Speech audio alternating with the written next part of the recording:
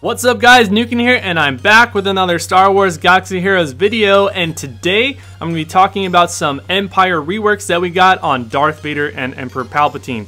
So I've been getting a bunch of questions and I'm going to start to tackle some of them in this video. I'm going to talk about who I think is the better leader, and then I'm going to talk about ranking the orders. We got 3 new Zeta abilities. I'm going to rank them and how strong I think they are. And then we're going to go into, if you're going to run them in Squad Arena, the Zeta priority order for your team. And then lastly, we'll talk about, as a dark side player, should I invest at this time with these Empire rework characters? So I hope everyone likes this video. If you do, please give it a thumbs up. If you're new here, subscribe to the channel, and let's get started. Alright, so let's go into ranking the rework Zetas. So we were given 3 new Zetas.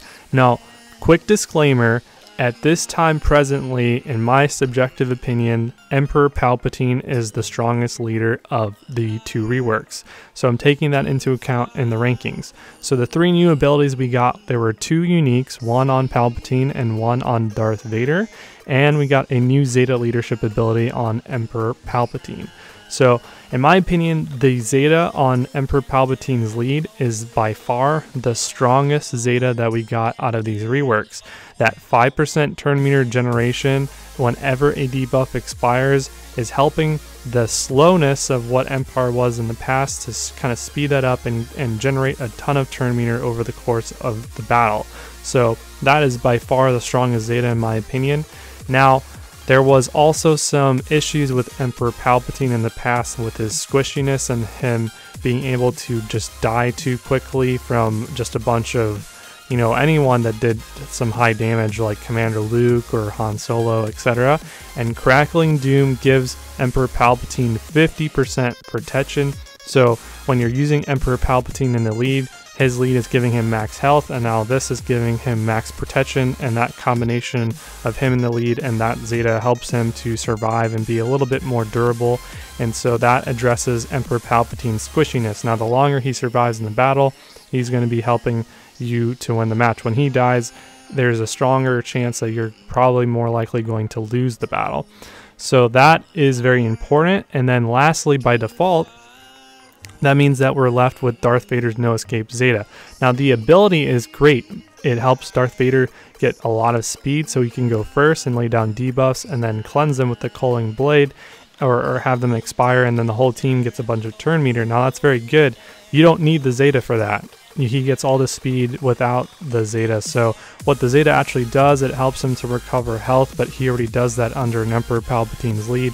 And then the other aspect of the Zeta is that Darth Vader becomes immune to turn meter reduction. Although that's nice, it's not, in my opinion, as strong as the first 2 Zetas. So that would be my subjective opinion on the rework Zeta rankings.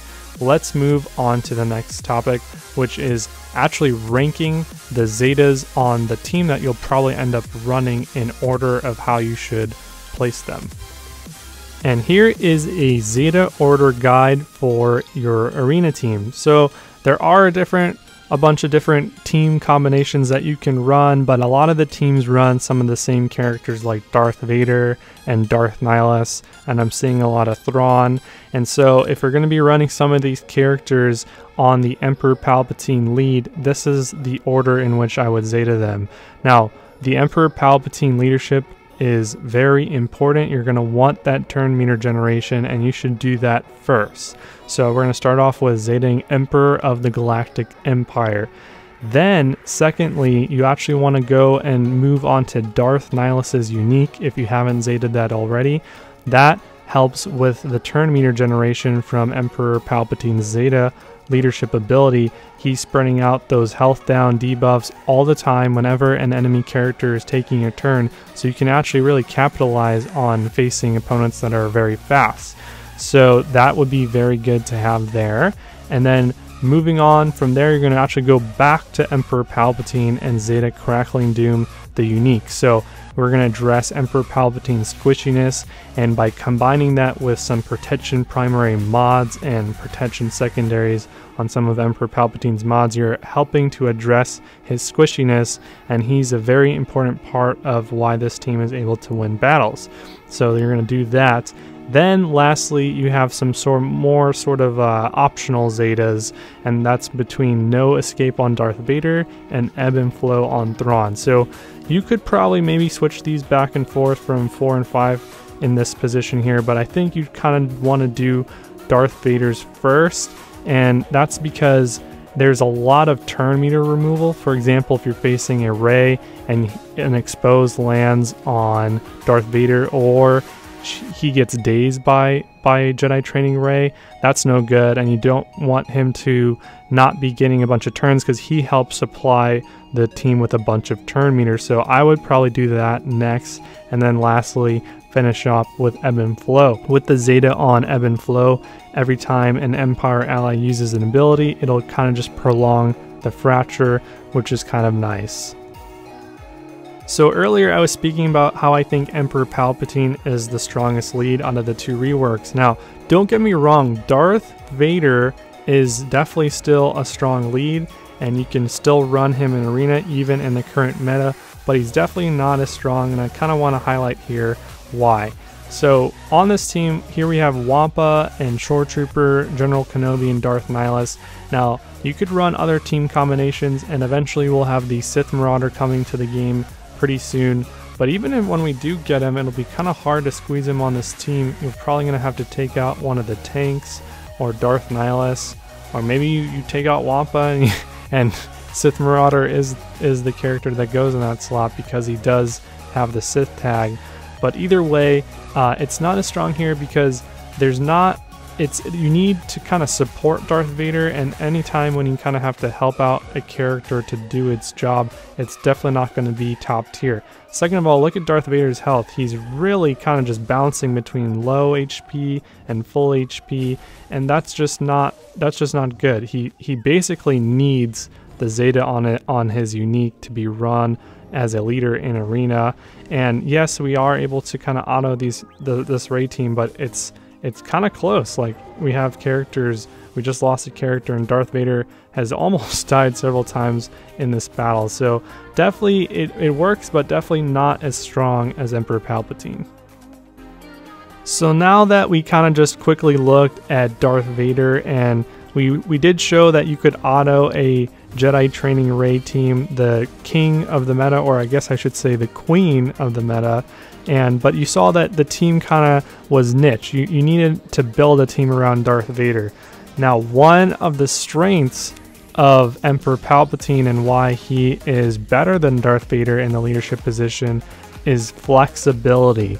So you're seeing here the capability of autoing the queen of the meta with Tarkin and Shore Trooper, and beforehand you would need characters like General Kenobi and Darth Nihilus, and so the capability of running different kind of Sith and Empire combinations, and you have a lot more flexibility with this leadership, is actually one of the reasons why Emperor Palpatine is the strongest leader of the two. Adding on to the flexibility of Emperor Palpatine, we can see that you can run a wide array of tanks on the team. You can run General Kenobi, Shore Trooper, Sith Trooper. You could even run like Old Ben. I think we have a clip in here later in the video. And it all kind of depends on what is on your shard, what's popular on your shard. So, for example, if you have a bunch of dark side characters throwing a bunch of debuffs around, you might want to try running General Kenobi because he can bring a cleanse to the table. Or if there are a bunch of Night Sisters on your arena shard, you might want to try and use Shore Trooper because Shore Trooper has a heal, and when you can heal your characters up to 100% health, you can get rid of the plague. So you really just gotta pay attention to what's in your arena shard. If there's a bunch of Commander Luke Skywalkers, try Sith Trooper. He brings the offense down to the table, which dramatically reduces the damage output of those high damage dealing rebels. So a lot of flexibility in the tank situation for this team. Now I want to quickly highlight a clip of Old Ben because I mentioned him earlier. So Old Ben is a viable tank option actually for your Emperor Palpatine team, and that's because he has the capability of doing an AoE ability that provides two different debuffs, his mind tricks. He can put AoE offense down and ability block on the entire team. that's 2 different debuffs on every single character. That is a bunch of turn meter to all the Empire and Sith allies on the team, so there's that. Then if you have a old Ben that you've been running on maybe your Jedi Training Raid team or your Commander Luke team, you probably have the Zeta on his taunting ability, and having that double taunt Zeta ability, pairing him with another tank on the team like maybe Kenobi or Shore Trooper, you can have a bunch of taunts, and it's going to be tricky to target your Thrawn and your Palpatine, etc. So he can work on your Emperor Palpatine team. So if you want to run another tank and you don't have like a Sith Trooper geared up and you do have an old Ben, you can try him out and he can actually do some work on your Emperor Palpatine team. So we were talking about Sith Trooper, and so I decided to quickly show a clip with him here. Now Sith Trooper pairs well with Emperor Palpatine in Arena. Whenever you have Sith allies using special abilities, he'll gain defense up, and then whenever he has defense up and another Sith ally uses a special ability, he'll gain taunt. Also, whenever Sith allies fall below 50% health, he'll also kind of trigger that sort of conditional to start gaining taunt. So when you have a Sith Trooper and he's taunted, he's actually like a wall. You can't really get through him. You really kind of just have to dispel it. And then if you pair him with another tank like General Kenobi or Shore Trooper, there will be so much taunting going on that they're going to struggle to even reach your Thrawn, your Vader, and your Emperor Palpatine. So that's the benefit of having Sith Trooper on your team. He's probably going to be the tankiest tank that you can run on the team. And yeah, so there's that. And then if they manage to get Sith Trooper's health down and you're running Shore Trooper, he can also heal, and that's nuts to heal a Sith Trooper. Also, Emperor Palpatine's lead is going to give health recovery to Sith whenever they apply debuffs, so whenever Sith Trooper does his counterattacking basic or his AoE attack, he'll gain a bunch of health as well. So he's really just going to be this huge wall that they'll probably never end up taking down. Maybe they need a Darth Nihilus or something to take him out. So he's very durable and he helps protect your Emperor Palpatine, so he's a viable tank for Arena for sure. Alright, so after all this discussion, let's finally answer the question, should I invest in these Empire Rework characters? I'm going to answer this based off the perspective of a dark side player. Now this really pains me to say, but I have to answer this logically speaking. The answer is probably a no. If you were a dark side player, the only Arena team that was viable up until now, up until these reworks, was a Night Sister dark side team, and you probably got all the stars, you took them to gear 12, you put Zetas on them, you may have also even put gear 12 gear past gear 12 on these characters. If you did the majority of those things, the answer is a no. Emperor Palpatine does not raise the bar. This team is around the same power level as your Night Sister team, and it's also another dark side team. So technically speaking, we don't need another dark side Arena team that is around the same power level when we already have one. So logically speaking, it really pains me to say the answer is a no. Alright, so I'm going to wrap up real fast. Today we discussed a variety of different topics. We ranked the Empire Rework Zetas, we discussed about the flexibility of Palpatine and why he's better than Darth Vader in the leadership position. We discussed the order in which to Zeta the different abilities, potentially on the meta Palpatine lead. And then lastly, we looked at whether or not we should invest in these Empire Rework characters. I hope you all enjoyed the video and you learned a thing or two, and if you did, please give it a thumbs up and drop a comment below what you're doing with these Empire reworks, and I'll see you guys in the next video. Cheers.